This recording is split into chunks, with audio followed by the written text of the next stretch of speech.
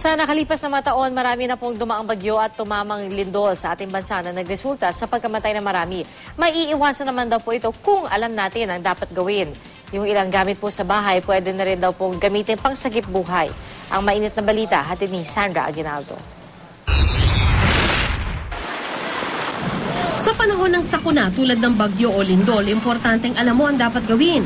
Sa huntahan ng Kape at Balita kanina, nagbigay ng tips ang Pangulo ng Search and Rescue Unit Foundation o SARUF Incorporated na si Jerry Carual ng ilang hakbang para maganda sa sakuna. Pinakauna, dapat ma-identify natin yung hazard mismo. Okay. Kung malapit ka sa tubig, kalaban mo yung tubig. Kung malapit ka sa bundok, kalaban mo landslide. Fault line.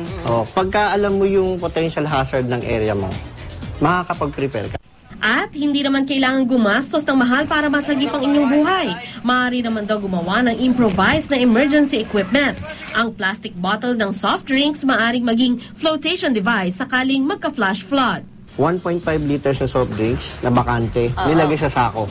So meron na silang automatic flotation device. 20 na gano'n na empty bottle. Nalagay mo sa isang sako. Sa sako, tapos i-lock mo lang siya. Naka-standby na sa labas. Apat na kaya ng isang tao eh. Meron din daw silang tinatawag na go bag na madaling bitbitin kapag kailangan ng lumikas. Itong pinakasimple. Pakita natin sa camera, Jerry, na para mas madali Yung pinakasimple, itong dry bag. So, ordinaryong dry bag. Pero ang laman niya, ito, nasa bahay. Eranola. So, ang gagawin mo dito, lagyan mo lang siya ng plastic and then, lagyan mo ng divider, yung food and shelter mo, nandiyan na. Puro patayo lang ang technique. Ito patay, ito na, flotation device na rin to. Ilalagay mo yun sa loob. Pag nilagay mo to dito sa loob, Di ba parang mahal yung orange na bag na yan? ito lang talaga yung gagastusan mo. Pero pwedeng garbage bag. Kung nasa evacuation center na at kulang ang kagamitan, maaari daw gamitin ang baby diaper bilang pamalit na tuwalya o benda sa sugat. Paano ka magtutuwalya? Di ba? So, pwede mong palitan ng diaper. Ang diaper, isang ligo, isang diaper. Yan ang magiging tuwalya. Ito na magiging tuwalya mo. Yan, So, tatlo purpose niya. Pwede rin malaking injury, lagay mo dyan. Kaya kung maliit na injury, pwede yung napkin. At para di ma-dehydrate ang mga bata kung mamamalagi sa evacuation centers, heto ang solusyon ng SARUF.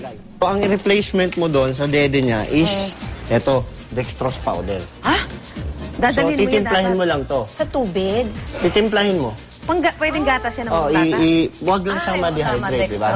Pero ang tanong, saan mo ilalagay? Isa mo So, siya. ilalagay mo sa, malaki lang ng konti sa hotdog.